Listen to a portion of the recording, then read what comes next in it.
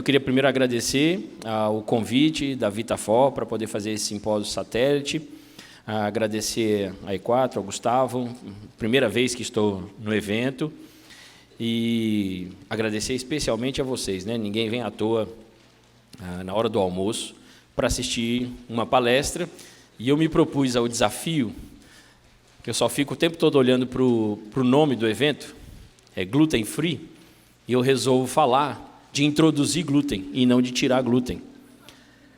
Como recuperar o intestino para dessensibilizar ao glúten.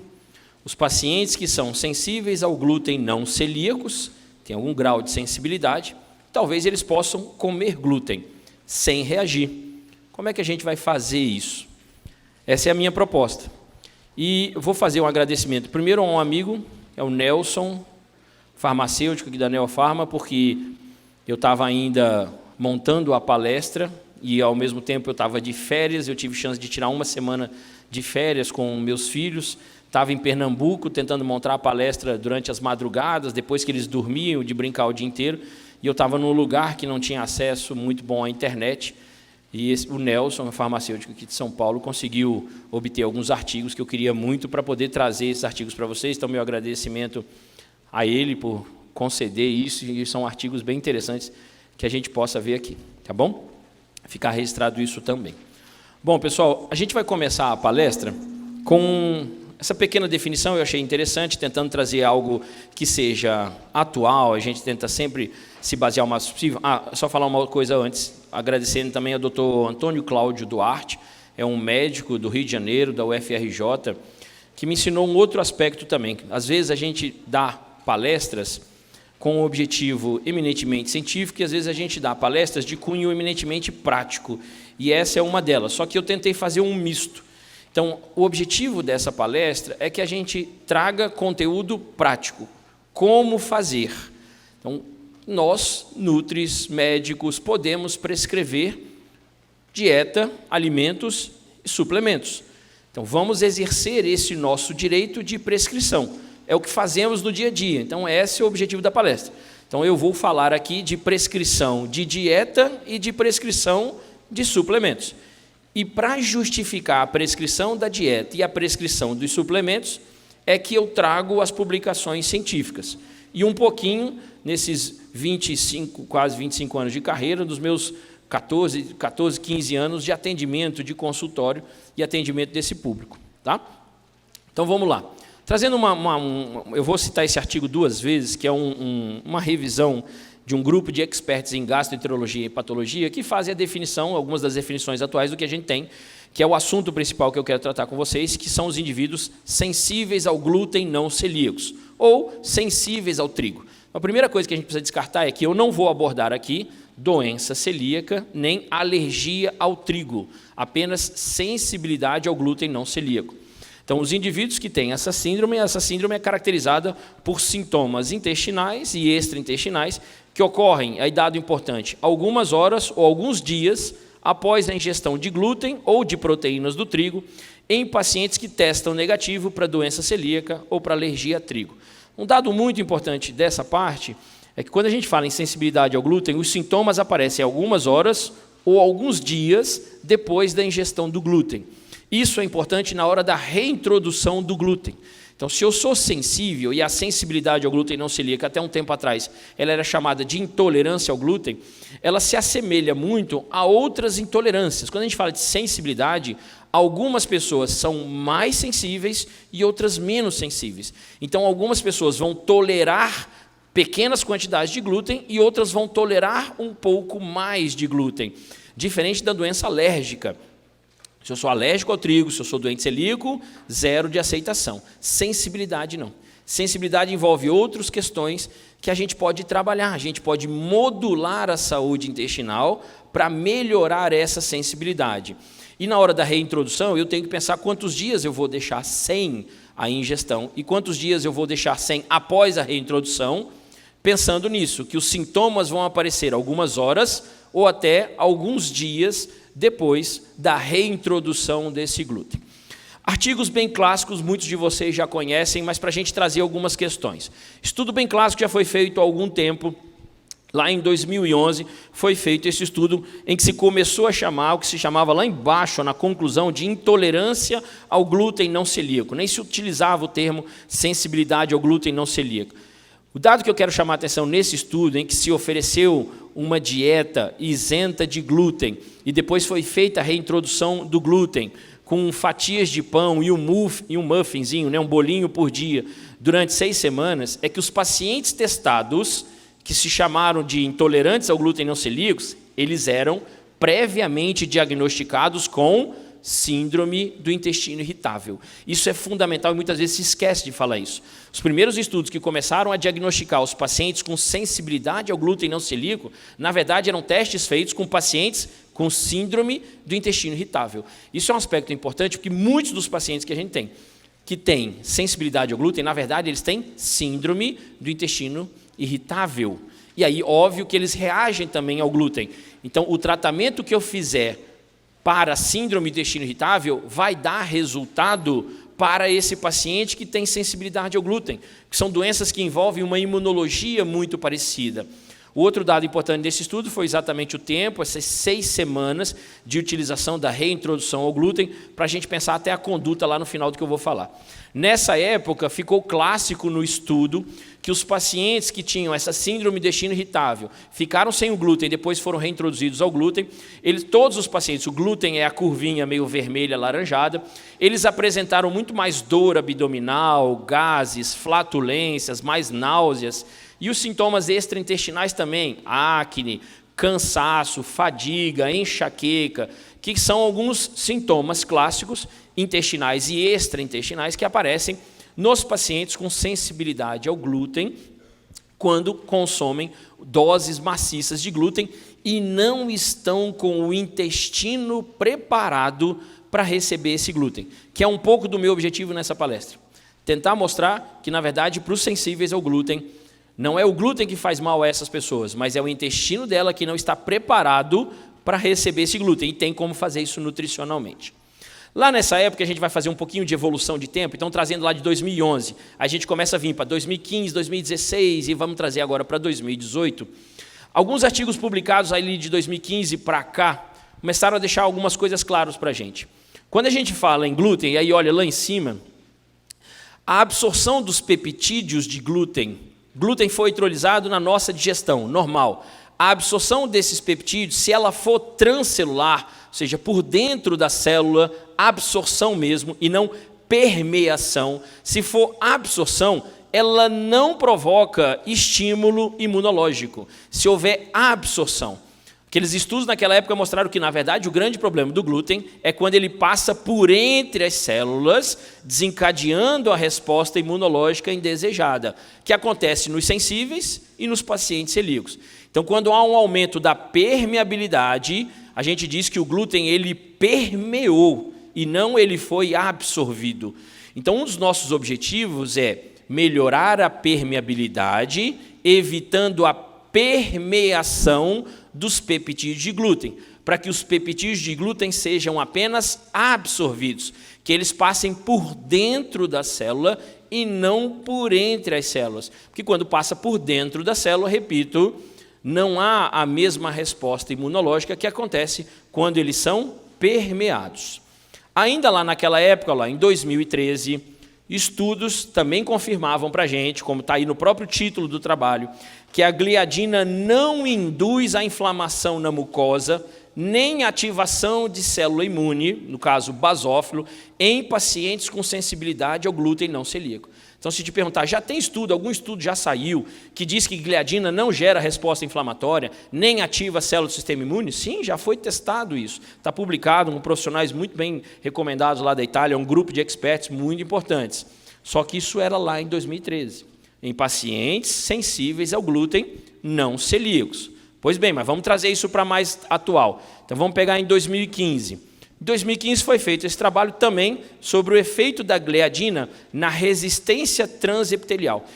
TER, que você vê aqui, é resistência transepitelial. O que quer dizer isso? O quanto o intestino está resistente à passagem desses fragmentos de glúten, de gliadina, à passagem de LPS, de lipopolissacarídeo. É como se você estivesse medindo o grau de permeabilidade intestinal. E aí veja que a curva mais baixa, que é a menor resistência, isso é ruim. Se o intestino está pouco resistente, é porque ele está muito permeável.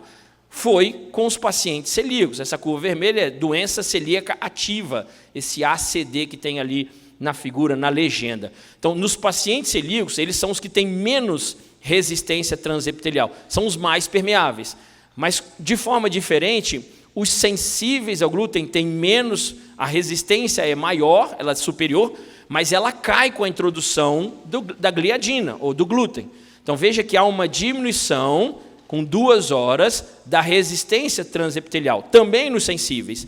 Então, depois desse estudo anterior que eu mostrei que a gliadina não provocava inflamação, saiu um novo trabalho dizendo que a gliadina, sim, provoca diminuição da resistência transepitelial em indivíduos sensíveis ao glúten, mas não é igual aos pacientes celíacos.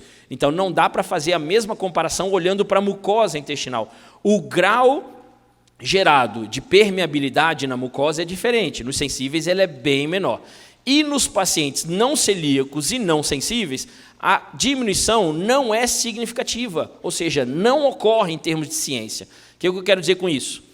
Se o paciente não é celíaco e ele não é sensível ao glúten, comer qualquer fonte de glúten não induz a alteração de permeabilidade e perda da resistência transepitelial.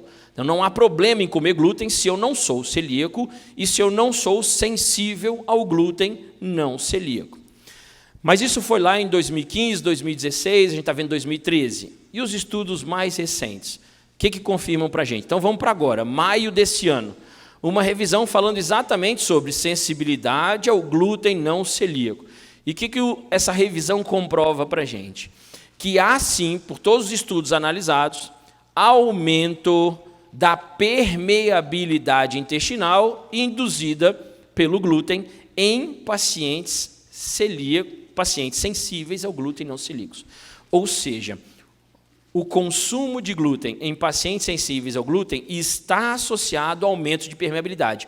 Por que eu tenho que pensar nisso? Porque eu tenho que pensar no tratamento, qual a conduta que eu vou tomar. Se eu sei que o sensível ao glúten não celíaco, pelos estudos mais atuais, tem alteração de permeabilidade, você está vendo isso no artigo, o tratamento desses pacientes tem como objetivo número 1, são alguns objetivos, eu vou traçando esses objetivos com vocês, um deles é redução da permeabilidade intestinal. E a proposta da palestra é reduzir a permeabilidade de forma nutricional, prescrição dietética, prescrição de suplementos nutricionais. Então, eu fiz um resumo assim. O glúten pouco induz ao aumento de permeabilidade intestinal em não celíacos e não sensíveis. Foi o que a gente acabou de ver. Se não tem problema, não há por que retirar o glúten da dieta. Até a gente acabou de ver na brilhante palestra da doutora, me antecedeu, o lado ruim das dietas sem glúten. Quando ocorre alteração, quando há uma alteração intestinal, que ocorre nos sensíveis ao glúten, não celíacos, normalmente o nível de protetor intestinal é baixo e o nível de irritante da mucosa é alto. Isso eu vou mostrar para vocês mais à frente.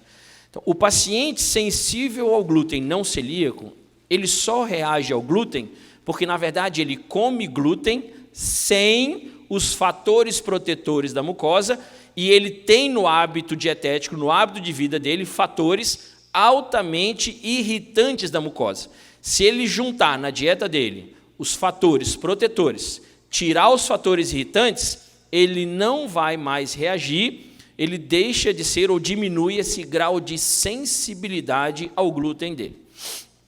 Portanto, se não for portador de sensibilidade ao glúten não celíaco ou celíaco, consumo de glúten não irá piorar a sua saúde intestinal. Fator 2 do que a gente já viu até agora e o que a gente vai ver a partir de agora. Nos sensíveis ao glúten, os sintomas aparecem. Então, foi aquele primeiro trabalho que eu mostrei. Dá mais gases, dá mais cólica, enxaqueca, acne, cansaço. Sensível ao glúten, que come glúten, acaba tendo sintomas.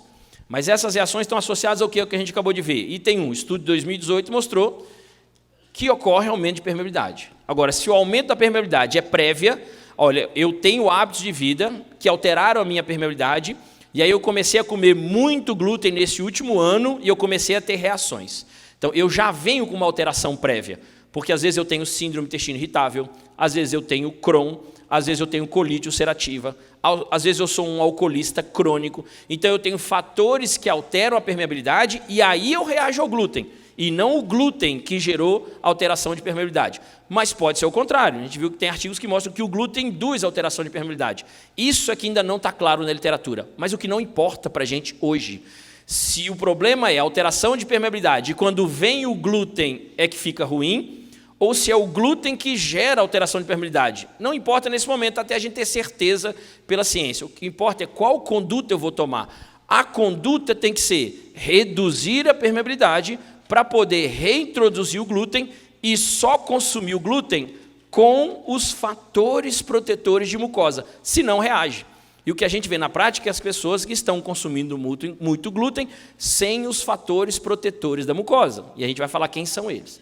Fator 2, então nós estamos falando disso aqui, ó, sensíveis ao glúten, os sintomas aparecem. E essas reações estão associadas ao quê? 1, altera a permeabilidade. 2, ocorre também, sintomas podem aparecer vamos lá, mantendo aquela ideia de trazer os trabalhos mais atuais, isso aqui é um estudo de revisão que compara as características típicas dos pacientes sensíveis ao glúten não celíacos com os pacientes com doença celíaca. E veja o que está caracterizado na patogênese do sensível ao glúten, alteração da resposta imunológica. Então, o sensível ao glúten, ele tem 2 grandes problemas, alteração de permeabilidade e alteração imunológica. Esses são os nossos alvos. Modular a imunidade intestinal e melhorar a permeabilidade. E aí testar, depois de melhorar tudo, ver se esse indivíduo vai continuar reagindo ao glúten. São os nossos alvos, já que está caracterizado que o paciente com hipersensibilidade também tem alteração na imunidade, tanto na imunidade inata como na imunidade adaptativa. Fator importante, repito, a reação com glúten no sensível ao glúten não celíaco acontece horas ou alguns dias depois, normalmente até 72 horas depois. Por isso que a gente tem que esperar pelo menos 3 dias na reintrodução do glúten para dar de novo. Então, depois do período de retirada, para testar o glúten, você vai dar o glúten e esperar pelo menos 72 horas para poder oferecer de novo. Você tem que esperar esses 3 a 4 dias para ver se o indivíduo reage, porque pode não parecer imediatamente o sintoma, estou falando no sensível ao glúten, mas ele pode aparecer depois de alguns dias. Outro fator importante, alta prevalência de desordens autoimunes. Então, isso tem que ser investigado previamente. A gente pode estar incorrendo no erro de achar que o paciente é sensível ao glúten, na verdade, ele tem síndrome do intestino irritável, ele tem Crohn, ele tem colite ulcerativa, e por isso, por conta dessas doenças, ele tem alteração da permeabilidade, e aí, quando ele consome glúten, ele reage. Então, você trata Crohn, trata a síndrome do intestino irritável, trata a colite, o que ele tiver, reduz a permeabilidade e começa a ver que ele talvez suporte melhor o glúten, porque a gente tratou a doença autoimune dele. E o fator importante, intolerância à lactose e intolerância à frutose, são comuns de aparecerem nesses pacientes. E aí você tem que ver se não vale a pena a reintrodução do glúten a partir de uma dieta pobre em FODMAPs, retirando adoçantes, retirando açúcar, retirando lactose. Às vezes vale a pena, porque esse paciente pode ter algum grau de intolerância e esses substâncias são considerados alguns xenobióticos intestinais para esses pacientes que têm doenças inflamatórias intestinais ou algum grau de sensibilidade aumentada. Em relação à alteração da imunidade, aí eu peguei aquela publicação, estou trazendo de novo para vocês, que é essa revisão sobre sensibilidade ao glúten não celíaca, e mais uma vez, esses estudos mais recentes, essas revisões confirmam que o paciente sensível ao glúten tem, além de alteração na permeabilidade, alteração imunológica presente. Então, aumento de linfócitos intraintestinais, na célula intestinal, surgimento de linfócito, então é alteração imune, mais linfócitos CD3 aparecem dentro da mucosa intestinal do paciente sensível, então ele tem alteração imunológica. Mas, além disso, alteração da resposta imune inata, então aumento de TNF, aumento de interleucina 8, interleucina 12, então são citocinas pró-inflamatórias. Aumento de anticorpos antigliadina mediada por IgG e não é reação mediada por IgE. Há uma infiltração de eosinófilos também na mucosa, não mediada por IgE. Então, ela é muito mais tendenciosa a ser por IgG. A hipersensibilidade ao glúten não celíaca. Estudo de 2018. O que eu estou querendo dizer com isso? Quando a gente fala em medição de sensibilidade mediada por IgG, nós estamos falando de repetição de consumo. Consumo de longo prazo, como glúten, todo dia, várias vezes ao dia. Por isso estou muito sensível, sensibilizo demais, porque não é uma reação mediada por IgE, então não é uma reação alérgica. Tem alteração imune, mas por consumo excessivo. Ou seja, a gente vai ter que começar a fazer diminuição do consumo, come pão no café da manhã, aí vai para o colégio, o menino come o salgadinho, enroladinho de queijo, vem no almoço é macarrão, à tarde é o biscoito recheado, e ele come glúten 4, 5 vezes no dia, e come todo dia. E aí a hipersensibilidade aparece. Então, fecha a mucosa e começa a diminuir o consumo de glúten, intercalar esse glúten para algumas vezes na semana, para ver se essa sensibilidade diminui, já que os estudos mais atuais dizem que há uma mediação via IgG e não por IgE. Fator 3. Simplesmente retirar o glúten da dieta pode reduzir os sintomas, e a maioria mostra melhora, cólicas, dores abdominais, gases, os fatores extraintestinais também melhoram, mas não necessariamente melhora a microbiota. Veja estudo científico que comprova isso, está até no título. Efeitos da dieta gluten-free na alteração da microbiota e da função imune em adultos humanos.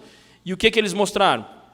Aqui são os indivíduos na dieta padrão, os adultos, e aqui sobre a dieta gluten-free. E o que você vê? 8,85 de bifidobactéria e uma diminuição, na média, para 7,79 da quantidade de bifidobactérias, estatisticamente significativo. Então, quando eu tiro o glúten da dieta, eu corro o risco de ter diminuição do nível de bifidobactérias. Lactobacillus cai de 7,73 para 7, estatisticamente significativo.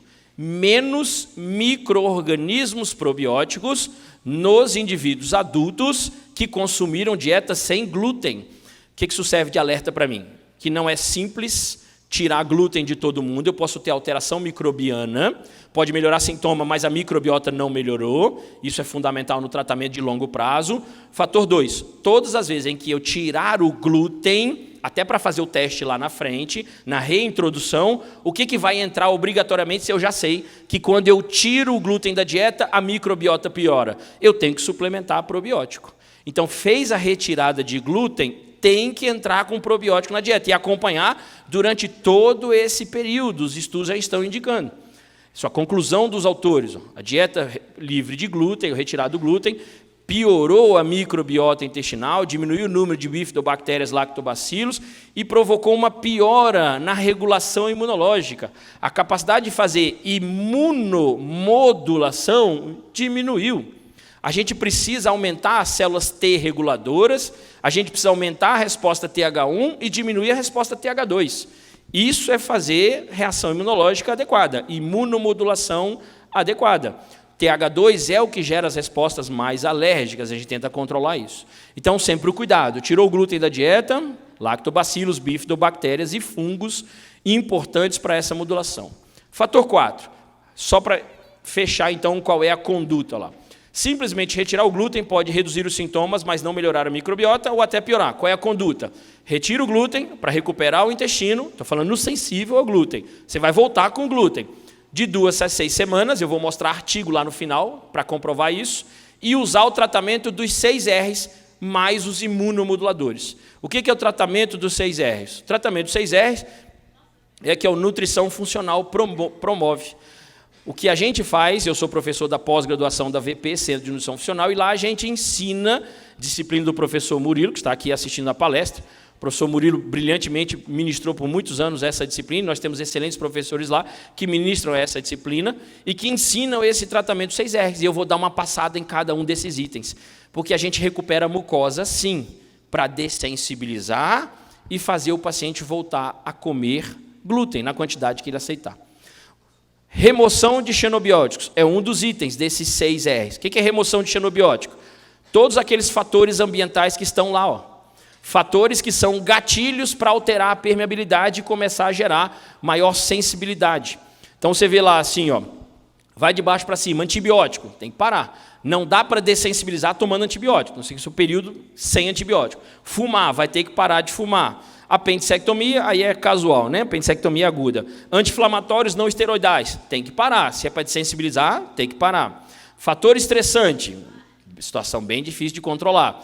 Mas vai ter que modular? Vai. Aí é a hora que você vai pensar, por exemplo, numa rhodiola, no ginseng, numa anteanina encontrada no chá verde. Pensa também em substâncias que possam modular o estresse, que isso tem efeito intestinal. Diminui quase a infecção, então não adianta tentar dessensibilizar, o paciente está gripado, trata as infecções, depois vai dessensibilizar. A dieta, aí eu chamar a atenção do fator aqui, é o que eu disse lá atrás. A dieta, que é indutora de alteração de permeabilidade, para muitos, é a dieta rica em ou lactose, ou açúcar, mono e disacarídeos especialmente. Então, durante o período de sensibilização, tem que retirar açúcar, adoçante e lactose. Porque, para esses pacientes que são sensíveis, essas substâncias são, sim, gatilhos de alteração de permeabilidade intestinal.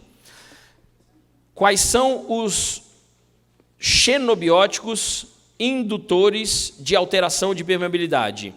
Você tem que parar de beber, o etanol é um desses fatores, a gliadina é indutora em pacientes sensíveis que não consomem os fatores protetores ou que exageram nos fatores irritantes.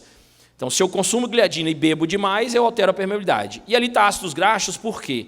Porque as dietas mais clássicas na literatura que mostram alteração de permeabilidade são as dietas hiperlipídicas. E nós estamos num período de fase de dieta hiperlipídica. Todo mundo quer ser low carb, high fat, entre aspas, todo mundo, mas vocês sabem, quem anda em rede social está vendo que isso virou moda. Todo mundo querendo fazer dieta cetogênica para perder peso, para isso e para aquilo. Quer fazer jejum. E aí tome gordura, tome ácido graxo circulante. E gordura demais no intestino está associado à alteração de permeabilidade intestinal. Então, muito cuidado. Pacientes estão ficando sensíveis ao glúten porque estão fazendo dieta cetogênica toda hora. Que dieta cetogênica é boa, dieta cetogênica é boa para isso, e tome 80% de gordura no intestino, 90% de gordura no intestino. Gordura demais, independente da qualidade. Muita gordura, alteração de sais biliares, aí não dá para explicar todos os detalhes aqui. Então, não dá para fazer desensibilização em quem segue dieta cetogênica, fazendo dieta hiperlipídica. Ponto. Depois nós vamos falar da qualidade dessa gordura, para diminuir a inflamação na mucosa. Remover adoçantes, também é um estudo bem clássico, antigo, mas eu faço questão de mostrá-los. Foi o primeiro estudo que mostrou na literatura que a sucralose era um adoçante que, em dose alta, pode induzir alteração de microbiota. Aqui eram 4 grupos, o grupo 2, 3, 4, 5, esses 4 grupos receberam sucralose em 4 concentrações diferentes, e eles analisaram a sobrevivência de lactobacilos no intestino durante o período de 3 meses. E observe que só quem teve crescimento de lactobacilos foi o grupo controle, que não tomou sucralose. Todos os outros 4 grupos tiveram diminuição importante da quantidade de lactobacilos, que é o que a sucralose faz se consumida repetidamente. Então, isso é um primeiro fator, né? Tira adoçante rapidamente, nós estamos tentando dessensibilizar. Xenobiótico, que tem que tirar ou se livrar o máximo possível, bisfenol A. Substância encontrada em plásticos. Veja, esse aqui é um teste feito em relação à colite, então inflamação na mucosa intestinal, mostrando que os metabólitos de aminoácidos aromáticos, então o triptofano é um aminoácido aromático que se transforma em serotonina no intestino. Mas essa capacidade do triptofano virar serotonina no intestino reduz, aqui, ó, daqui para cá, reduz significativamente menor concentração de serotonina quando se acrescenta BPA, bisfenol A. Então, bisfenol A é um indutor de alteração metabólica no intestino. Tem que tirar o máximo possível os fatores indutores, onde tem bisfenol A na dieta do indivíduo, e detoxicar sempre que possível. Como é que eu faço para me livrar do bisfenol A? Daria uma aula inteira aqui só de detox. Só chamando sua atenção. Uma das formas, primeiro, no intestino, você tira a absorção do bisfenol A. Com quem? Com micro-organismo probiótico. Qual? Lactococcus. Isso aqui são todas frações de Lactococcus latex. Tá? Lactococcus latex são capazes de reduzir, remover o bisfenol A no intestino. Aí são vários testes, 28%, 11%, 10%, 16%, 13%. O que importa é que o lactococcus diminui. E não é todo suplemento no mercado que tem lactococcus, então aí a gente tem que saber orientar o paciente qual é o que você vai escolher, se o objetivo é esse. Você está deixando de dessensibilizar. Então existem suplementos no mercado que tem lactococcus e é exclusivo desse suplemento. Lactococcus latte, você acabou de ver que remove o bisfenol A tão presente na dieta. Outro fator muito importante ser removido para dessensibilizar e para melhorar a microbiota, para melhorar a permeabilidade intestinal, é a acroleína. A acroleína induz muito a perda de barreira intestinal e aumento de permeabilidade intestinal. E onde é que tem a acroleína? Fritura.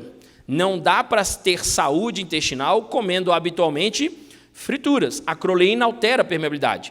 Então fica muito fácil reagir à gliadina em quem come fritura todo dia. Você come batata frita todo dia. Aí depois quer comer pãozinho, diz reagir ao pãozinho. Mas você está com o intestino permeável. Você ingere bisfenol A, você ingere acroleína. Existem vários fatores que alteram a permeabilidade intestinal. Então, durante a dessensibilização, fritura zero, elevação de óleos a altas temperaturas, porque não é só fritar, porque às vezes o óleo vai no forno e aí altera também, porque produz muita acroleína.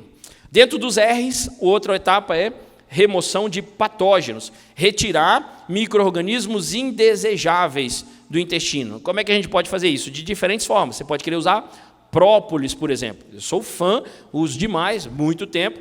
A ação antibacteriana do própolis é maravilhosa, a ação antiprotozoária do própolis é maravilhosa, a ação antifúngica do própolis. Não é Henrique que está falando, são todos os estudos, e quem fez isso já na prática, quem usa própolis, vê habitualmente. Melhora, inclusive, da consistência, da textura das fezes, depois que você passa a utilizar a própolis. Então, é uma forma de remoção de bactéria patogênica.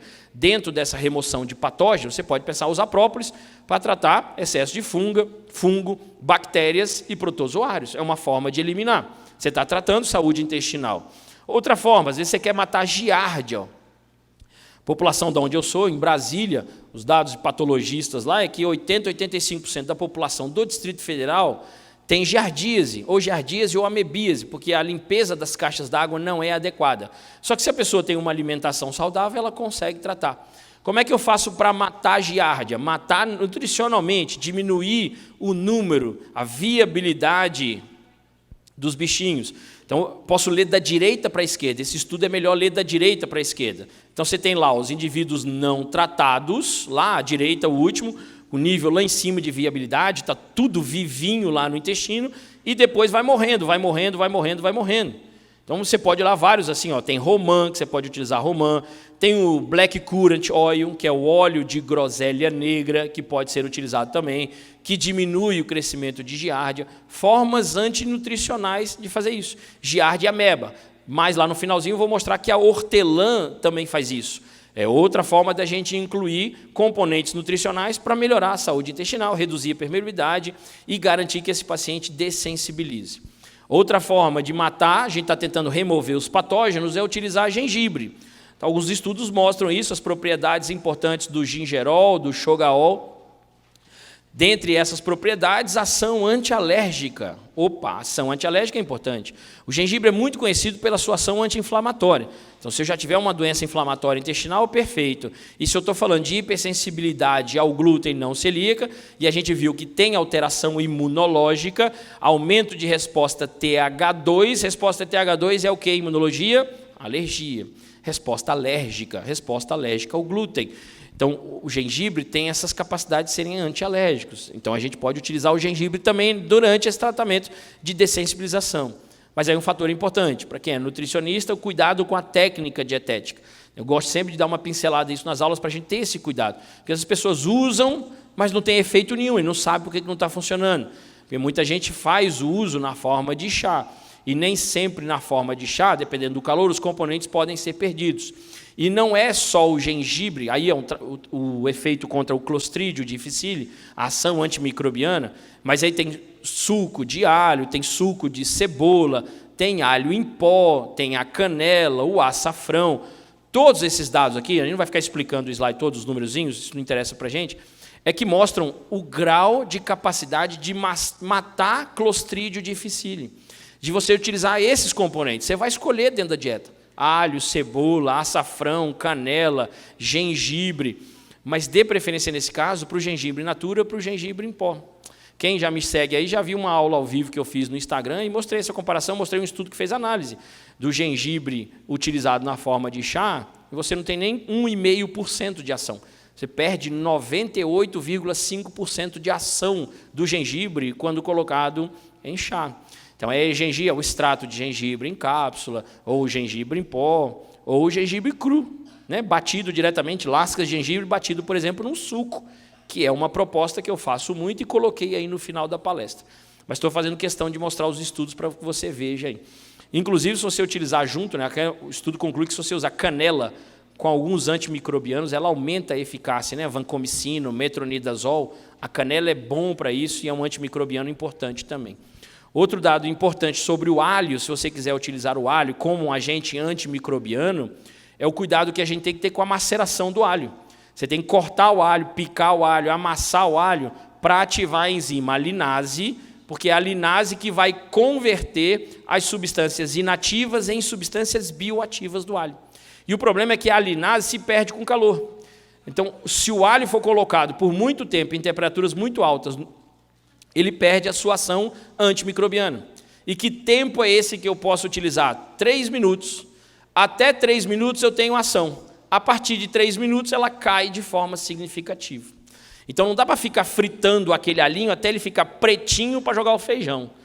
É o alho, a cebola, que tem a mesma, são enzimas muito similares, também são inativadas, apenas a ação de suar, dar uma suada no alho, uma suada na cebola, para que ela fique ligeiramente transparente e pronto. Aí ela mantém a eficácia e perde um pouco o ardor.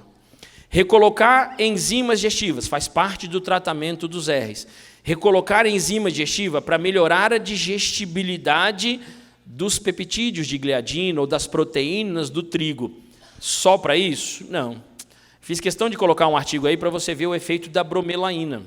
Bromelaína, muitos conhecem também, ou estão acostumados a ouvir bromelina, tanto faz, eu prefiro falar bromelaína, da tradução do inglês.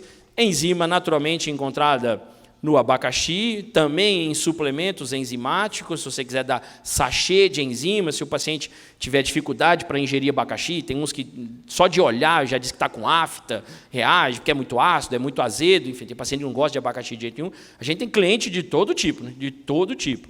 Então, pois é, mas só para você ver o efeito da bromelaína em pacientes com doença de Crohn, não em pacientes, aqui não é paciente, é estudo in vitro, mas em células de doença de Crohn e de colite ulcerativa. Então, é doença de Crohn e colite ulcerativa. Aqui, é sem bromelaína, então está inflamado, fator de necrose tumoral lá em cima, e aqui é quando acrescenta bromelaína. Veja, diminuição significativa da inflamação em doença de Crohn, diminuição da inflamação pela bromelaína. E na colite ulcerativa, a mesma coisa. Diminuição significativa de um marcador de inflamação induzido pela bromelaína. Então, as enzimas que a gente tem nos alimentos, elas são anti-inflamatórias intestinais. Elas são muito mais do que apenas enzimas digestivas. Digo sempre, a gente tem que valorizar isso, quem já teve outras aulas comigo sabe disso. Eu aprendi isso nos meus milhares de anos lá, que eu sei, eu já até esqueço já isso, que eu sou meio paleozoico, do tempo de hospital, eu aprendi isso com uma enfermeira que aplicava papaína em pó com carvão ativado para tratar úlcera de decúbito, porque ela cicatrizava tecido, era um cicatrizante de tecido, em 3 dias fechava a úlcera, carvão ativado com papaína. Eu comecei a estudar enzimas por conta disso, como fechar a mucosa, como cicatrizar mucosas no corpo, é na boca, é no intestino, é na pele. Pacientes, por exemplo, com úlcera de decúbito, muito pior do que o paciente com uma afta. E você vê essa reação inflamatória diminuída. Então, vamos valorizar o que a gente tem dentro da nutrição. Essa história de me faz uma dietinha para eu perder 2 quilos, esquece, não tem uma dietinha para perder 2 quilos. A gente estuda para caramba para ver esses efeitos dos alimentos, eles são fantásticos, eles são funcionais, eles regulam o funcionamento em geral das nossas células.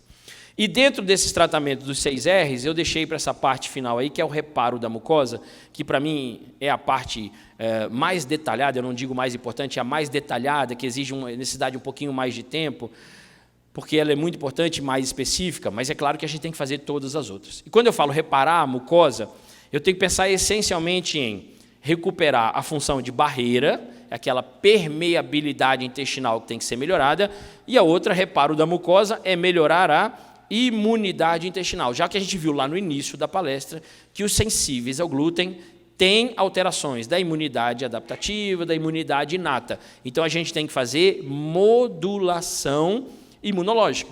Vou reforçar a palestrante que estava aqui antes de mim, a doutora, que ela disse assim, os riscos que a gente tem, às vezes, de dar uma droga, ela é médica, está falando, de dar um medicamento que vai inibir uma determinada citocina, uma determinada interleucina, que em imunologia não é assim, você inibe aqui, às vezes você faz hiperativação ali.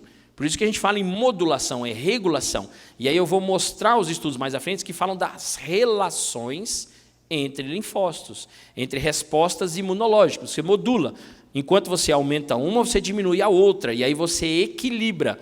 Por isso que o tratamento, às vezes, com medicamento, para mim, pode ser ruim, como a doutora falou aqui, porque você pode ter inibido um, mas você não está mexendo na outra, você pode fazer hiperestímulo da outra. Então, vamos lá, qual é a proposta aqui? A proposta do Henrique é sempre se basear em estudos científicos do que a gente tem. Então, os próprios estudos falam imunomodulação da barreira intestinal. Então, fazer utilização de imunomoduladores para restaurar a permeabilidade intestinal e aumentar a produção de IgA secretória.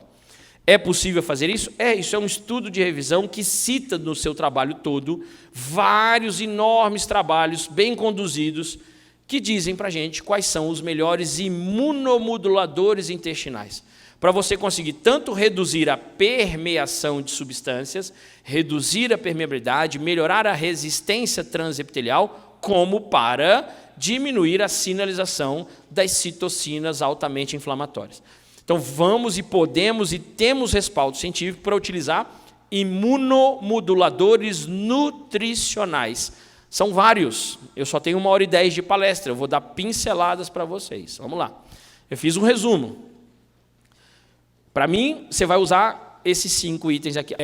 Vamos lá, vamos utilizar micronutrientes específicos, vamos utilizar aminoácidos e peptídeos específicos, ômegas específicos, compostos bioativos específicos, micro-organismos e polissacarídeos e fibras específicos. Se você usar esses 5 itens, habitualmente com o teu paciente, o sensível, e tirar tudo aquilo que é ruim, tratar o intestino, fazer aqueles outros 6 R's que a gente disse, provavelmente você vai melhorar muito essa sensibilidade e ele vai poder voltar a aceitar consumir glúten. Nutrientes importantes para fechar a mucosa. Que nutrientes são importantes para diminuir permeabilidade intestinal? Então, se ficou pequenininho para você que está muito atrás, aí vamos lá. Ó. Lá primeiro item está escrito assim, aminoácidos, depois tem assim, leite e peptídeos do queijo, vitaminas e polifenóis. Aí já tem gente que se coçou. Como é que é? Peptídeos do queijo reduzem a permeabilidade intestinal. Está escrito no artigo e ele descreve como, eu vou mostrar para vocês aqui. Que tem outros estudos mais novos do que esse que reforçam isso. Tá? Aminoácidos específicos, vamos lá, vitaminas, polifenóis, eu vou tentar fazer essa sequência lá. Então, vamos lá. Quais são os micronutrientes? Vamos primeiro por vitaminas. Quais são aqueles que diminuem bem a permeabilidade intestinal? Onde você vê decrease aqui, ó, essa coluna aqui está falando sobre a permeabilidade intestinal. Então, vitamina D e vitamina A. Aí você vai pensar, o que você vai usar? Quais são os alimentos ricos em vitamina D? Quais são os alimentos ricos em vitamina A? E você, como prescritor, vai julgar se há necessidade ou não de suplementação de vitamina A e de vitamina D. O que você não pode deixar é deficiência desses nutrientes se você está tentando recuperar e dessensibilizar a mucosa intestinal. Depressão de zinco aumenta a permeabilidade. Então, não pode deixar o paciente com deficiência de zinco. Pense nos alimentos, pense na suplementação, porque não pode faltar zinco. E é muito comum este fator, mucosa intestinal com deficiência de zinco e alteração da permeabilidade intestinal. Isso não é raro. Veja um estudo, ainda que feito em camundongos, em animais, mas animais submetidos à deficiência de vitamina D, que são esses animais aqui, sem vitamina D, os de cima com nível de vitamina normal, e qual o grau de degranulação de eosinófilo. O que é degranulação de eosinófilo? É quando o eosinófilo é ativado, e ele gera resposta imune, e ele produz citocinas inflamatórias. Então, ó, grau de granulação, grânulos degranulados. Quanto liberou de grânulos do eosinófilo? Animal com vitamina D normal, 38. Animal com deficiência de vitamina D, 1.005. Ou seja, se falta vitamina D na mucosa intestinal, é importantíssimo que a utilização de vitamina D seja engolida nesses casos, seja via oral para chegar na mucosa intestinal, você tem uma resposta inflamatória aumentada de eosinófilos, ok? Além disso, vamos lá, ó, aminoácidos, glutamina e triptofano. O triptofano diminui a permeabilidade intestinal. A glutamina já é mais conhecida e a gente vai continuar valorizando e continuar utilizando se eu estou tentando dessensibilizar. Eu estou focando em outro aminoácido. O triptofano também pode reduzir a permeabilidade, mas é óbvio, não se esqueça da glutamina. Por que quando eu dou glutamina para alguns pacientes, ou até alguns estudos científicos, não mostram eficácia com glutamina? Tem estudo que não mostra eficácia com glutamina? Alguns têm, e aí eu faço questão de chamar a atenção para algumas coisas. Primeiro, quando a gente dá glutamina e quer fazer o que a gente está objetivando, que é melhorar a integridade da barreira intestinal, a glutamina tem como uma das funções aumentar a produção de mucina. Mucina é o líquido, é o gel onde os lactobacilos, as bifidobactérias vão ali ficar estacionados, vão proliferar, quando tem que proliferar ou não, e começar a produzir todas as substâncias que eles têm que produzir. Aquela barreira protetora. Precisa ter muita mucina, mas para produzir mucina, o estímulo vem a partir do ácido glutâmico. A glutamina tem que se transformar em ácido glutâmico. Então, não é só dar glutamina. Se der glutamina e tiver deficiência de B6, esquece. A valorização, o que você está vendo no slide, é exatamente a importância bioquímica das reações bioquímicas onde entram a piridoxina, a vitamina B6. Muita gente não reage bem à glutamina porque tem, na verdade, deficiência de B6. E, às vezes, uma simples banana já pode estar resolvendo a situação. Mas, independente de ser banana, nós temos que abrir o leque, como eu costumo brincar, aumentar o número de opções para o cliente, e é função, qual é o profissional que tem que saber quais são as fontes alimentares dos nutrientes? Nós nutricionistas, temos que saber onde estão as fontes de vitamina B6 para ver se não está faltando. Então, dosa também o nível de B6 no seu paciente. Outro fator que indica muito o uso da glutamina é a capacidade dela produzir GLP-1. Vocês provavelmente já ouviram em outras palestras ou em outros momentos a importância do peptídeo semelhante ao glucagon para a saúde intestinal e para a saúde metabólica como um todo. Qualquer coisa que a gente fale em melhorar a desbiose intestinal, melhorar a saúde intestinal, um dos alvos é melhorar a GLP-1, e quando você compara todos os aminoácidos e observa a capacidade desses aminoácidos em secretar, em produzir GLP-1, de longe você vê que o aminoácido que mais produz GLP-1 é a glutamina. Não posso deixar a glutamina de fora quando eu estiver falando em melhorar a saúde intestinal. Está lá a grande produção, bem significativa, de GLP-1 a partir da glutamina. Só que o outro aminoácido importante que eu queria trazer, e eu acho que a gente não pode desconsiderar quando se fala em saúde intestinal, é a citrulina. Citrulina é um aminoácido muito encontrado na melancia. Esse aqui é um estudo feito com ciclistas que foram submetidos ao consumo de citrulina, 10 gramas, antes de fazer atividade física, e eles observaram uma diminuição no grupo que usou citrulina, que é esse aqui, ó, uma diminuição significativa desse marcador aqui, ó, IFABP. O que é IFABP, que está descrito aqui? Ó? O IFABP é um marcador de injúria intestinal. Todo atleta aeróbio de longa duração, ele termina as provas, os treinos, com altíssima permeabilidade intestinal, isso já é bem clássico na literatura. Você tem marcadores para avaliar isso. Nesse estudo foi utilizado esse, IFABP. Só que nos atletas que consumiram citrulina antes de pedalar, houve uma diminuição significativa comparado com os atletas que não consumiram citrulina. Por que a citrulina consegue fazer isso? Porque a citrulina induz a formação do óxido nítrico na mucosa intestinal. Não só na mucosa intestinal, como também após ser absorvido dentro do epitélio vascular das células endoteliais. E o óxido nítrico tem ação vasodilatadora, melhorando o fluxo de oxigênio e nutrientes em todo o leito esplânico, em todo o mesentérico superior, mesentérico inferior, baço e nos intestinos. Então você consegue melhorar a reoxigenação do tecido, repovoar o intestino com microbiota, etc. Então os estudos são bem comprovados disso. Um detalhezinho que eu achei que valeria a pena trazer é que a gente sabe que citrulina tem em grande quantidade na melancia. Você pode usar o suco de melancia. Só que quando a gente pensa em suco de melancia, que é isso aqui, ó, o extrato de suco de melancia, você pode fazer a diferenciação da parte vermelha, que é esse flash, do rind, que é a parte mais branca, perto do que eles chamam de anel, né, da melancia, quando você corta, que é a parte de baixo. E não há grandes diferenças na concentração. Então, um pouquinho a mais perto do anel. 44 contra 45. Não há grandes diferenças. Agora, o que eu queria mostrar é que há muita diferença entre o suco e a extração com metanol. Porque a gente tem muito obtenção já fora do Brasil, mas isso deve chegar em algum momento, desses extratos de melancia industrializados, que na verdade são pasteurizados, e a pasteurização leva à perda da citrulina. Então aqui é para suco de melancia mesmo, muito eficaz, tem muitos estudos isso mostrando melhora da função intestinal com ele, melhora da permeabilidade, etc. Ainda dentro da mucosa intestinal, daqueles nutrientes que a gente estava falando, a gente viu lá que dentro daqueles itens aparecia ácidos graxos. Eu disse, gordura demais, ruim para o intestino. Dieta cetogênica não é interessante. Mas algumas gorduras são boas. E que gorduras são essas? Especialmente as gorduras mais anti-inflamatórias. Quem são os ácidos graxos tipicamente anti-inflamatórios? Os ômega 3. Os ômega 9 também podem ser ação anti-inflamatória, dependendo da situação metabólica, mas sempre anti-inflamatórios os ômega 3. Às vezes com pequena diferença entre o EPA e o DHA. Então, é uma possibilidade, a gente tem que pensar assim na utilização de ômega 3. Alguns estudos já foram feitos, inclusive em humanos. Então, isso aqui é um estudo feito com mulheres com sobrepeso, mulheres grávidas com sobrepeso, e o marcador utilizado foi a zonulina. Se eu tiver muita zonulina no sangue, isso é ruim, porque a zonulina é para estar lá no intestino, fechando a mucosa intestinal. Quando tem muita zonulina no sangue, é porque a barreira intestinal está sofrendo aquela disruptura. As tight junctions estão sofrendo alteração, está perdendo zonulina do intestino e está aparecendo no sangue. Então, quando você olha aqui, indivíduos com baixo nível de zonulina, indivíduos com alto nível de zonulina. E os consumidores de maior quantidade de ômega 3, que esse aqui, 3,63 contra 3,01, quem consumia mais ômega 3 tinha menos zonulina no sangue.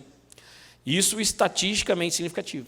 Quanto maior é o consumo de ômega 3, menos zonulina aparece no sangue. Ou seja, o ômega 3 ajuda, de alguma forma que não se sabe exatamente, a manter os níveis de zonulina na mucosa intestinal. Mas o que a gente já sabe bem é a capacidade que o ômega 3 tem de exercer ação antialérgica. Isso eu estou falando de novo em hipersensibilidade, isso é outra vantagem para o ômega 3. Essa imunomodulação feita pelo ômega 3, especificamente por um metabólito, que é esse aqui, 1718 epoxieicosahexaetrenóico. Esse metabólito é produzido a partir do EPA, do ácido eicosapentenoico, que é um ômega 3, comum de um suplemento de óleo de peixe. Uma hora que você oferece óleo de peixe, você está oferecendo o EPA, e o EPA gera esse eicosanoide. Então, aqui nesse caso, é aquele que tem mais concentração de EPA em relação ao DHA. Porque quem tem essa ação antialérgica principal, nesse caso, é o EPA. E esse estudo aqui é interessante, porque foi a produção do EPA a partir do uso de linhaça. Tá? Então, dar linhaça, você oferece o alfa-linolênico. E o alfa-linolênico é transformado no corpo em EPA. E depois o EPA se transforma nesse metabólito, exercendo a ação antialérgica. Ou seja, dá para, além de pensar na suplementação com óleo de peixe, também pensar no uso da semente de linhaça, da farinha de semente de linhaça, como uma fonte desse ômega 3 para isso. Dentro desse nosso tratamento, reinocular compostos bioativos. Isso, para mim, é o que tem faltado muito na dieta dos hipersensíveis ao glúten ou dos sensíveis ao glúten não celíacos. A falta de compostos bioativos. É um menino que começa muito cedo a comer biscoito recheado no lanche. Eu falo isso porque eu vejo crianças lá, eu fiz um monte de menino. E eu moro no condomínio onde tem mais uma tonelada de meninos. E eu vejo lá as babás descendo com os meninos e crianças com 4 meses sendo introduzidas a biscoito recheado, biscoito Maria e coisa assim. O importante é a criança parar de chorar. E você vê isso, eu sou o chato lá do condomínio, porque aí desço com os meninos com um pedaço de fatia de melancia, com frutas e com etc. Porque eles fazem o lanche assim no condomínio, botam lá para as crianças que ficam brincando e têm acesso a frutas, lanches. E eu sou os que trago saudáveis, o resto traz a porcaria, os pacotes, biscoitinho e tal. Então está faltando muito composto bioativo e a gente está vendo as pessoas se sensibilizarem. Olha como é interessante isso, como a literatura comprova isso bem para a gente. Vamos lá. Estamos falando da ação de flavonoides. Vou começar com compostos bioativos importantes para a saúde intestinal. Perfeito. Eu estou aqui nos meus 15h52, então é quase 16. Ela falou que tem 15 minutos, então 15h52. Aqui está tudo friamente calculado, vai acabar certinho, não posso me atrasar. A professora Betina disse que se eu me atrasar, eu vou apanhar depois. Então, flavonoides, você pode olhar as diversas propriedades, mas eu estou falando exclusivamente de saúde intestinal, quero só que você olhe para baixo aqui. Então, a ação de flavonoides no trato gastrointestinal. Claro que ali é uma figura ilustrativa que ele fala de flavonoides, por exemplo, encontrado no vinho, no mirtilo. Estamos falando de quem? Resveratrol. Mas podem ser os flavonoides do cacau e flavonoides encontrados em chá. Sempre que você vê estudo falando de tea, em geral se fala da Camellia sinensis, do chá verde, e a capacidade desses flavonoides do chá verde são maravilhosos em melhorar toda a imunologia, a microbiota e a permeabilidade intestinal. Então, vale a pena investir em alimentos ou suplementos que contenham esses componentes. Resveratrol, polifenóis do cacau são fundamentais. Dentro daqueles itens que a gente viu, e está aí o artigo para você ver, que dizem que são nutrientes chaves para modular a barreira intestinal, apareceu lá peptídeos derivados do leite, beta-caseína, beta-lactoglobulina. São capazes, está lá, de diminuir a permeabilidade intestinal. Então, eu tenho que saber oferecer fontes de derivados de leite que tenham essas caseínas e lactoglobulinas já pré-digeridas, sem capacidade alergênica. Então, não é qualquer derivado de leite que tem essas propriedades. Aí eu vou só pedir para o meu amigo dar o play ali e aparecer esse videozinho aí de 1 minuto para você ver o que é oferecer. Muito bem, espera aí que eu já vou preparar. Okay. Ficou uma pena que não rodou. A gente até testou ali, mas não ficou muito bom. Esse aí é meu filho, há uns 5 dias, 7 dias atrás.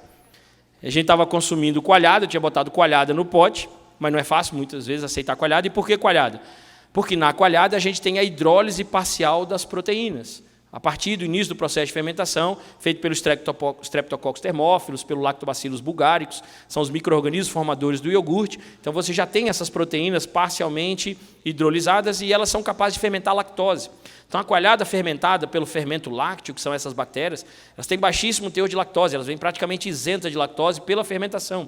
Por isso que a coalhada e o iogurte natural são ligeiramente ácidos. E aí você viu o cacau em pó com farinha de linhaça ali dentro. Que eu acabei de falar da farinha de linhaça, o ômega 3, e o cacau em pó que você acabou de ver os flavonoides. O que eu estou fazendo? Modulação intestinal. E esse menino que você viu aí nasceu com alergia à proteína do leite de vaca. E hoje toma coalhada e não reage, não faz absolutamente nada. Come coalhada, come queijo, toma iogurte. E não reage. Nós iniciamos, ele tem 2 anos e 4 meses, vai fazer 5 amanhã. E nós iniciamos a dessensibilização com 1 ano e meio. E funciona. E dá certo. Então, dá para fazer, comece. Nesse caso, da proteína, dessensibilização à proteína do leite de vaca. Né? Vamos seguindo, coisas bem simples que dá para você fazer. Você quer melhorar a permeabilidade intestinal? Isso aqui é um estudo feito com utilização de 2 tipos de feijão. Esse black bean e navy bean, na verdade, é feijão branco, feijão preto. A suplementação deles em relação à saúde da mucosa intestinal. Melhora ou piora a mucosa intestinal? Aí nós estamos falando de quem? Zonulinas, ocludinas, claudinas, todas as estruturas que ajudam a fechar a mucosa intestinal. Se eu utilizar substâncias que aumentam zonulina, ocludina, claudina no intestino, isso é bom. E o que você vê aqui, esse branquinho aqui, é o controle, que não recebeu feijão. E esses 2 aqui receberam feijão.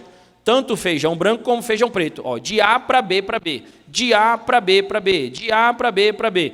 Toda vez que se usa feijão, há aumento da quantidade de substâncias que fecham a mucosa, que reduzem a permeabilidade intestinal. Feijão, algo extremamente difícil da gente encontrar no Brasil. Não é tão simples. O que tem no feijão? Olha lá, o tamanho, a profundidade das criptas. Olha como melhora com os 2 tipos de feijão. Olha lá. Aumento do tamanho das criptas intestinais com a utilização de feijão. O que feijão tem de bom? Isso aí, compostos fenólicos encontrados nas leguminosas. Então, aí eu vou avançar no conteúdo, porque isso já é outro artigo que está falando isso. Não é só feijão. É o feijão, pode ser a lentilha, para quem quiser lentilha, é o grão de bico. A gente estimular o consumo, desde que seja rico em compostos fenólicos. Mas a gente vai além desses compostos fenólicos. Olha lá. Utilização de compostos fenólicos obtidos a partir de plantas na doença inflamatória intestinal. Vou ler junto com você. A resposta TH1 é responsável pela remoção de patógenos intracelulares. A resposta TH2 é que gera a resposta alérgica. E as células T reguladoras, as TREGs, as Tregs, são capazes de manter a tolerância imunológica e a homeostase imunológica. Essa é a palavra-chave. Se eu estou falando de sensíveis ao glúten, eu tenho que manter a tolerância imunológica. Como fazer as pessoas tolerarem o glúten, deixarem de serem sensíveis? Eu tenho que diminuir a resposta TH1, ou eu tenho que aumentar a resposta TH1, eu tenho que diminuir a resposta TH2 e tenho que aumentar as células T reguladoras. Beleza? Junto comigo lá, ó. O estudo traz a epigalocatequina 3-galato, composto bioativo encontrado no chá verde, é capaz de aumentar a interleucina 10 e TGF-beta1. Esses dois são da resposta TH1. E, além disso, são capazes de restaurar o equilíbrio entre as T reguladoras e TH17. TH17 ruim, inflamatória, alergênica, T reguladora ao contrário. Por isso que a gente tem que manter o equilíbrio. E quem faz isso? Epigalocatequina do chá verde. Esses flavonoides estão faltando na dieta das pessoas e elas estão se tornando sensíveis ao glúten. Tudo isso associado. Então, em resumo, para a gente entender o que vem à frente, aumente para dessensibilizar T reguladoras e interleucina 10, as TGFs, e diminua a TH17 e essas interleucinas. Isso você imunomodula, você reequilibra bem. Por exemplo, esse estudo novamente fala do uso do chá verde, os polifenóis do chá verde reduzindo a inflamação e a permeabilidade induzida pela gliadina. O teste foi feito com a gliadina. Então, o segundo gráfico aqui é com gliadina, que é esse aqui, que é esse aqui. Ó. Isso aqui é o grau de interleucina 8, citocina inflamatória. Quando você usa a mesma gliadina e usa o extrato de chá verde, veja, ó, você está aqui, ó, diminui para cá. Ó. O grau de inflamação, de produção de interleucina 8. Você está aqui com a gliadina. Quando põe o chá verde, diminui para cá. Então, dá para consumir gliadina? Dá, no consumidor de chá verde. Ou que você coloque epigalocatequina 3-galato na dieta desse indivíduo. Você reduz a inflamação induzida pela gliadina. Então, não é a gliadina que é ruim, é o intestino que está sem flavonoide e aí não suporta a gliadina. Tratamento com curcumina. Curcumina fazendo exatamente o que a gente quer, regular o TH17 com a T reguladora, fazer imunomodulação. Aqui foi em paciente com lúpus.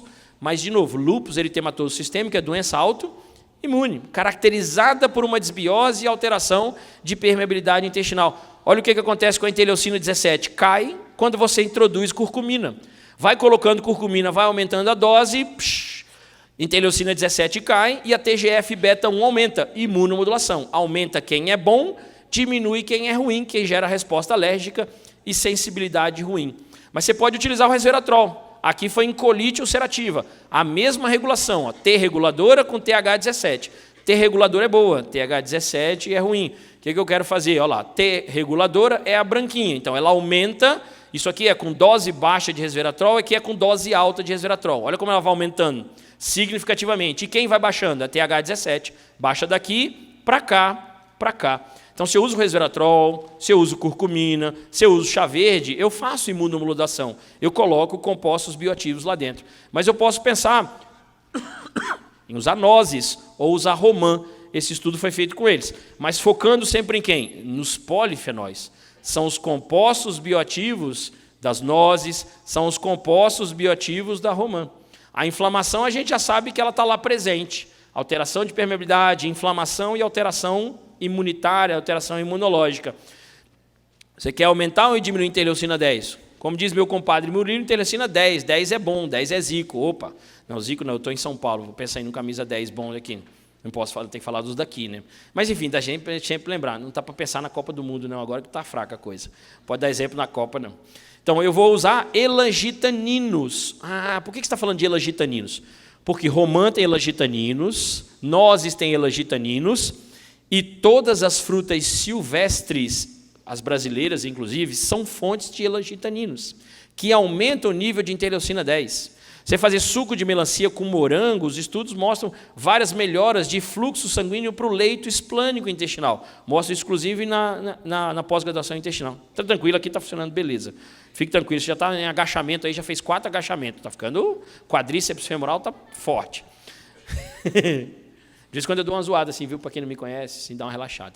E, por fim, reinoculação de prebióticos e de probióticos. Vamos lá. Quais são os probióticos que inibem o efeito da gliadina? Tem isso, tem. Se você der probiótico específico, você consegue contrabalancear o efeito ruim da gliadina. Esse estudo foi feito isso, com uma bifidobactéria, chamada Bifidobacteria laticus. Acompanha bem comigo aqui. Ó. O que a gente está medindo? Resistência transepitelial. Quanto o intestino está resistente? Se ele estiver muito resistente, é bom. Então, eu quero bem alto a curva. Primeiro, você dá gliadina. Gliadina digerida, normal. Nossa digestão normal. Então, você está aqui em cima, ó, que é o controle, sem gliadina. Aí, você reduz a resistência para cá, ó, quando dá gliadina, normal. E o último aqui é quando você dá gliadina com a maior dose de probiótico, 10 elevado a 7ª. E aí o que você conseguiu? Aumentar bastante a resistência transepitelial. Quando deu quem? Bifidobacteria latica. Esse micro-organismo melhorou a resistência, mesmo com gliadina. Eu quero que você observe que o último grupo aqui é dar gliadina mais o probiótico. É os dois juntos. Ou seja, o indivíduo está comendo gliadina, mas eu estou dando probiótico e eu melhoro a resistência. A gliadina só foi ruim quando dado sem o probiótico. Ela está digerida pelo trato gastrointestinal humano, mas, porque são enzimas humanas ali, enzimas pépticas, tripsina, quimiotripsina, etc., mas sem probiótico ela pode ser ruim. Esse outro teste, a mesma coisa, agora em 2017, ó, sensibiliza com gliadina os indivíduos por 3 semanas e depois continua dando a gliadina, vai continuar consumindo glúten, mas entra com as bactérias. E entrou com quem? Com Lactococcus laticus. Então você tem o controle, e aqui é o veículo que é o indivíduo que recebeu gliadina, sem tratamento, altamente inflamado, ó, linfócitos intracelulares no intestino, está cheio de linfócitos, está com a mucosa inflamada, entra com lactococcus, diminuição significativa da inflamação. O lactococcus diminui a inflamação induzida pela gliadina, mesmo na presença dela, porque continua com a gliadina presente. Mas dá o probiótico junto, não gera efeito, ela inibe o efeito. A ausência dessas bactérias é importante. Aí, de novo, a gente tem que ir atrás daqueles específicos. Mostrei a ação de lactococcus, já mostrei a ação de Bifidobacteria laticus. Tem que saber qual utilizar para ter bons efeitos. Por fim, reinocular fibras e polissacarídeos. Que fibras, que polissacarídeos? Natural, de frutas ou de fungos. É muito importante que a gente aprenda a prescrição de fungos probióticos. Estudo que saiu em julho de 2018. Associação entre Cordyceps e Ganoderma. São 2 fungos. Os polissacarídeos desses fungos, as beta-glucanas presentes nesses fungos e o tratamento da disfunção imunológica no intestino. A capacidade de aumentar as respostas imunológicas das Treg, das T reguladoras, aumenta a T reguladora, diminui TH17, se você trabalhar com os 2 juntos especialmente, o Cordyceps com o Ganoderma, melhorar a imunologia intestinal. Mas se eu quiser trabalhar simplesmente com maçã, eu posso pensar na pectina da maçã, porque aqui eu tenho um grupo que comeu uma dieta rica em gordura e o outro rico em gordura com pectina. E esse grupo que comeu a dieta rica em pectina, veja, ó, aumento da quantidade de bacteroidetes e diminuição da quantidade de firmicutes. Bactérias patogênicas e bactérias probióticas. Bastou botar pectina. Essa é difícil, mas pectina, se não tiver na maçã, tem na banana, e pode ser até na banana madura, porque banana madura não tem amido resistente, mas tem pectina. Mas pode ser no feijão, porque tem pectina no feijão. Aquele caldo grosso, quando você faz o feijão com caldo grosso, é rico em pectina. Olha a diminuição da inflamação. Dieta rica em gordura, inflamado. Botou pectina, diminui. Uma simples fibra. Imagina se eu juntar probiótico, fungo com fibra, a eficácia disso. O que mais tem de bom na maçã, já que eu acabei de falar, e nas frutas em geral? Eu falei da fibra dela. Tem mais o quê? Alta quantidade de proantocianidinas. Proantocianidinas são compostos fenólicos da maçã. E eu já vi que composto fenólico protege a mucosa, mesmo se eu der gliadina junto. Como é que eu faço para dar maçã cheia de compostos fenólicos? Olha o estudo de 2017 que mostra que os polifenóis de maçã, de chá verde, cranberry, alcachofra, se ligam à molécula da gliadina, reduzindo suas propriedades alergênicas. A imunogenicidade e a alergenicidade da gliadina é inibida quando ela reage com polifenol. Então, a gliadina não pode estar no intestino livre. Ela tem que reagir com polifenóis para não reagir, para não gerar reação imunológica. Aumente esses polifenóis. Mas e que maçã que é rica em polifenol? Até isso tem na literatura. Ensine o seu paciente a comer, por exemplo, uma maçã Fuji, uma maçã Gala, que são as mais ricas em compostos fenólicos, são as que mais têm composto fenólico. Essa é a função de um bom nutricionista, saber esse nível de detalhamento. E a parte final, eu sei que o tempo acabou, foi o off. Aguenta aí só um pouquinho, foi os 2 minutos que eu gastei agradecendo aqui os amigos. Reintrodução do glúten após a exclusão. Primeiro, no mínimo 2 meses de retirada total do glúten. Alguns estudos, inclusive, falando sobre as dietas para tratar síndrome de intestino irritável, recomendam que você tire por 4 semanas, retirada total do glúten por 4 semanas, mas o que eu faço é retira total por 2 semanas e na terceira semana você vai reintroduzir o glúten, mas numa forma específica de glúten. Deixa eu mostrar isso para vocês. Isso aqui é um outro estudo e fala sobre o efeito de bifidobactéria, utilização de probiótico restaurando o crescimento de bifidobactérias em indivíduos com síndrome de intestino irritável nas dietas pobres em FODMAPs. Então serão 4 semanas sem nada de açúcar, sem nada de lactose, sem nada de adoçante, colocando micro-organismos, então bactérias, probiótico, você viu, os fungos você colocar e as fibras juntos. E vai introduzir na terceira semana o trigo germinado e na 4ª semana a cevada germinada. Por que germinada? Porque é baixíssima alergenicidade, com baixo teor de gliadina e com alto teor de composto fenólico. É a forma que a gente tem de dar o trigo junto com o composto fenólico e em dose baixa, para fazer o efeito de dessensibilização. Então, primeiro, o resumo da minha palestra em termos de suplementação: glutamina, chá verde, o Ganoderma com cordíceps, o Sinforo, o probiótico, e o ômega 3, um ômega 4 plus. Interessante essa utilização, daria para você fazer a sensibilização. Eu só coloco o trabalho para você ver, para comprovar por que a leguminosa germinada, por que o trigo germinado. Então aqui, ó, 48, 72, 96 horas de germinação. À medida que você vai aumentando a germinação, o conteúdo de gliadina vai caindo. Quanto mais germinada ela é, menos gliadina ela tem. Isso aqui é a graminha de trigo, que eu recomendo você ou comprar pronta ou germinar. Só se preocupe que seja trigo orgânico. Vai fazer o suco verde com essa. Então é a grama de trigo. Abacaxi para botar a bromelaína. Maçã para botar o que a gente acabou de ver, que é a fibra e as pró-cianidinas da maçã. O gengibre, que a gente viu o efeito. E o hortelã, que é antiespasmódico. Pode ser com água normal, se o paciente tiver com água de coco. A moda para mim diz que é água de coco, mas não necessariamente. O que importa são mais os compostos disso aqui. Vai fazer essa terceira semana todinha desse suco. Isso aqui é um artigo para comprovar o efeito do gengibre. Por que eu botei gengibre? Isso aqui é um estudo também recente, saiu agora em junho desse ano, da ação sinérgica, que eles chamaram de cobiótico. Cobiótico foi a mistura do acidófilos com o gengibre. E quando eles são dados juntos, você tem redução da permeabilidade, diminuição do estresse oxidativo e da mucosa intestinal. Então, quando você associa o gengibre aqui, você está tendo esse efeito, manda tomar o suplemento junto desse suco aqui, por exemplo. E aí você encontra o acidófilos, o lactococcus e o bifidobactéria, os 3 probióticos que a gente viu dentro de um mesmo suplemento. Pode utilizar assim também na salada, é o mesmo trigo germinado, põe folha de hortelã, lembra sempre de colocar uma fruta digestiva para garantir a digestão completa e a ação das enzimas que a gente viu. Aqui é o estudo que comprova o efeito antiespasmódico da folhinha de hortelã em pacientes com síndrome de intestino irritável. Então ela é digestiva, antiespasmódica, reduz cólicas abdominais. Se preocupe que o trigo seja orgânico, isso é fundamental, que o trigo que não é orgânico ele não germina, porque ele é irradiado, então ele não vai ter os compostos fenólicos. Depois você vai introduzir a cevadinha, cevada germinada, com o mesmo propósito. Então vai oferecer com lentilha, porque a gente viu o efeito das leguminosas. Felizmente meu tempo está muito pequeno, vou ter que passar rápido.